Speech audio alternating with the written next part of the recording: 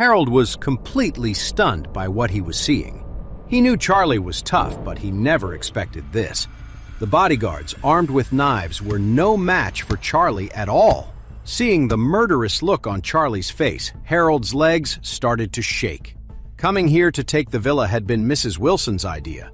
Because he hated Charlie, he'd volunteered for the job, seeing it as the perfect chance to destroy him. But he never imagined Charlie would take down all the bodyguards without getting a single scratch. Is this guy even human? Charlie was already walking toward Harold, his face like ice. He was going to teach this punk a lesson and make him pay for it, painfully. Seeing Charlie coming for him, Harold's face went pale with fear. He blurted out, "You can't kill me! I'm from the Wilson family. If you even touch a hair on my head, the Wilson family will never let you get away with it." Charlie was cold and unmoved. He walked right up to Harold, grabbed him by the collar, and said icily, "The Wilson family means less than nothing to me." "Claire! Uncle, make him stop!" Harold pleaded with Claire and Jacob, all his earlier defiance gone. Claire said coldly, "You brought this on yourself. You deserve it." Jacob looked from Claire to Harold, completely torn. He had to admit he was completely disappointed with the Wilson family.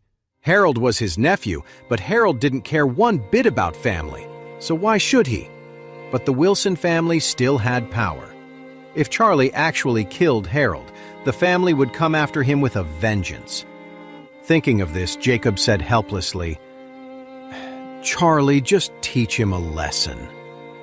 Charlie thought for a second, then gave a cold nod and slammed Harold to the ground. Gravel dug into his face, and blood started to flow freely. "I'll let you live," Charlie said, "but you've pissed me off. You may not get a death sentence, but you're not getting away unpunished." With that, Charlie drove his fist into Harold's lower stomach. The punch was full of force and landed right in his groin. Even though Harold was just an ordinary guy with no martial arts skills, that one punch was enough to destroy his ability to ever function as a man. From now on, he would be completely useless in that department. The pain hit Harold like a tidal wave, the worst pain he had ever felt in his life. He writhed on the ground, screaming in agony, with no idea what the long-term damage from that single punch would be. Afterward, Charlie immediately called building security. They arrested Harold and his crew and took them to the police station. Then Charlie went to check on Gavin. Luckily, Gavin had only suffered some scrapes and bruises. It was nothing serious, and Charlie was relieved. Still, Charlie was furious with the Wilson family. After a stunt like this, they couldn't blame him for whatever happened next. When they got home, Jacob sat on the sofa. The cuts on his face had been cleaned, but he still had a bruised nose and a swollen face. A dark bruise was already forming on his forehead. He seemed to be in a daze, his head spinning. His own brother had ordered bodyguards to beat him severely. He felt a deep, chilling hurt and was still seething with anger. Claire gently dabbed some ointment on his forehead and said, "Dad, Charlie already got back at them for you. Try not to take it so hard." Jacob sighed. "I just feel so cold inside. My own mother, my own brother. Neither of them treats me like I'm part of the family." Then Jacob added, "Claire, now that they've kicked you out of the Wilson Group, what are your plans?" Claire said, "A plan? I guess I'll just start looking for a job." Seeing this, Charlie didn't say anything. He just walked out to the balcony and called Salman White. The second Salman answered, Charlie asked him, "Your nephew Gerald, is he still engaged to Wendy?" "Yes," Salman said quickly.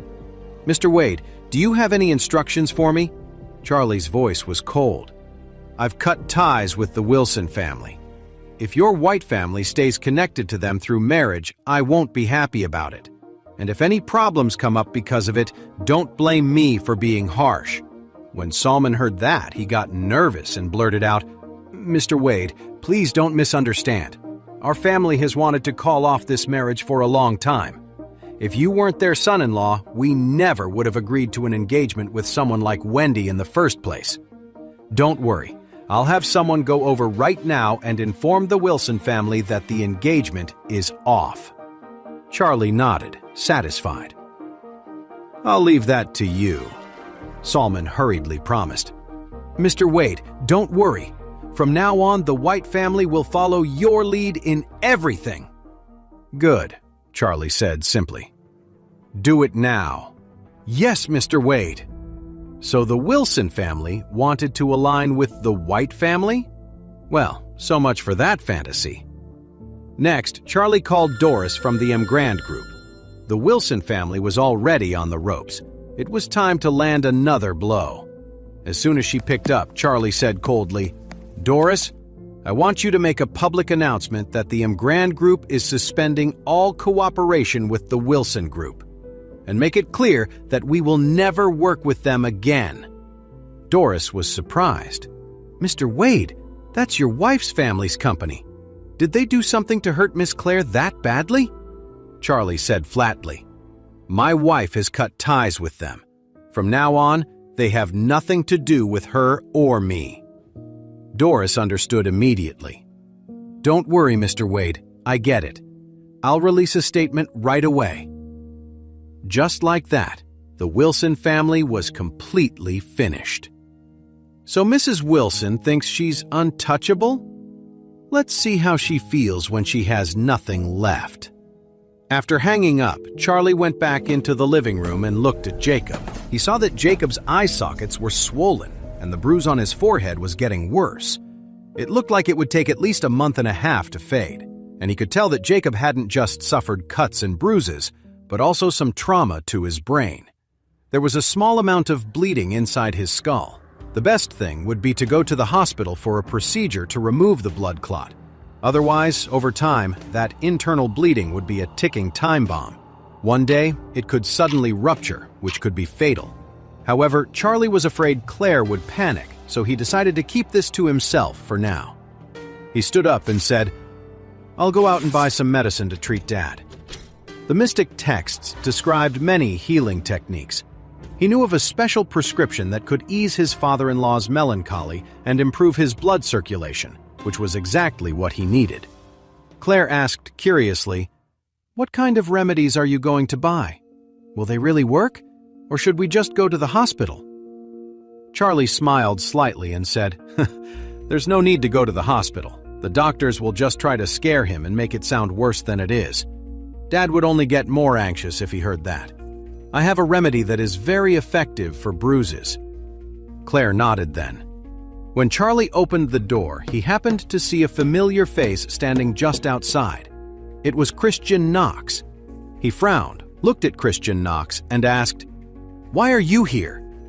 When Christian saw Charlie, he smiled warmly and said, "Mr. Wade, I heard you ran into some trouble today, so I gathered some medicinal herbs and brought them over for you to see." After he spoke, a bodyguard behind him stepped forward and respectfully presented a red wooden box. Christian opened the lid and smiled. "Mr. Wade, please take a look." Inside the box was a rare, wild ginseng root as thick as an arm, a shiny purplish-red ginseng root, and several other expensive herbs you couldn't find in a regular herbalist shop. Charlie glanced at them. Although these herbs were valuable, they didn't contain much spiritual energy, but they were better than nothing.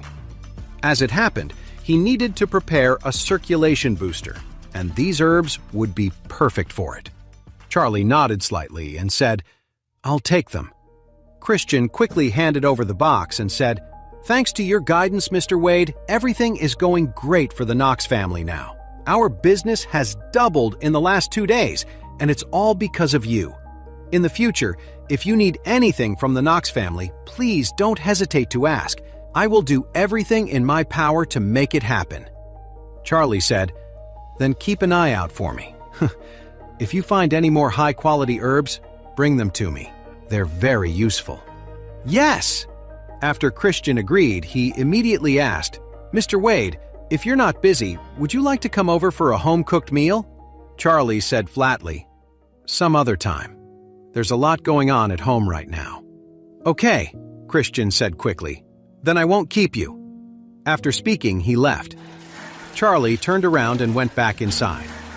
Jacob's headache was getting unbearable, so Claire was helping him get ready to go to a nearby wellness center, hoping a massage would help his circulation. Charlie said to him, "Dad, it's not a good idea for you to be moving around right now. Just rest for a bit. A friend just dropped off some herbs. I'm going to make a pill for you. It should really help." Jacob asked doubtfully, "Charlie, since when do you know how to cure people and make medicine?" Charlie said, "I learned a little bit a while ago." He could hardly tell him that he'd read the mystic texts and knew of a special pill. It was a lost herbal remedy. It could not only clear blood clots in the brain, but it also had a miraculous effect on serious brain conditions like strokes. If he made that pill, it would definitely cure Jacob. But Jacob was a little worried. He said awkwardly, "Charlie, it's not that your dad doesn't believe you. You're good at fighting, sure, but you can't learn how to treat people and save lives just by watching TV." He coughed twice and said, "Look, just let Claire take me to the hospital."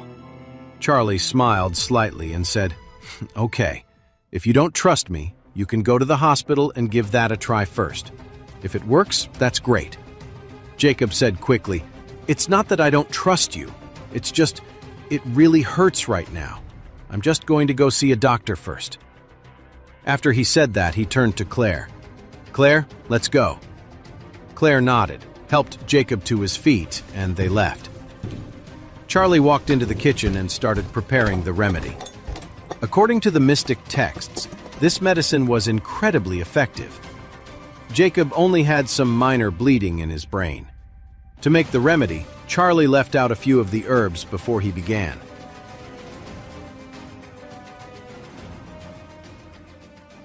To know more, listen to the audio series Heir in Hiding, only on the Pocket FM app.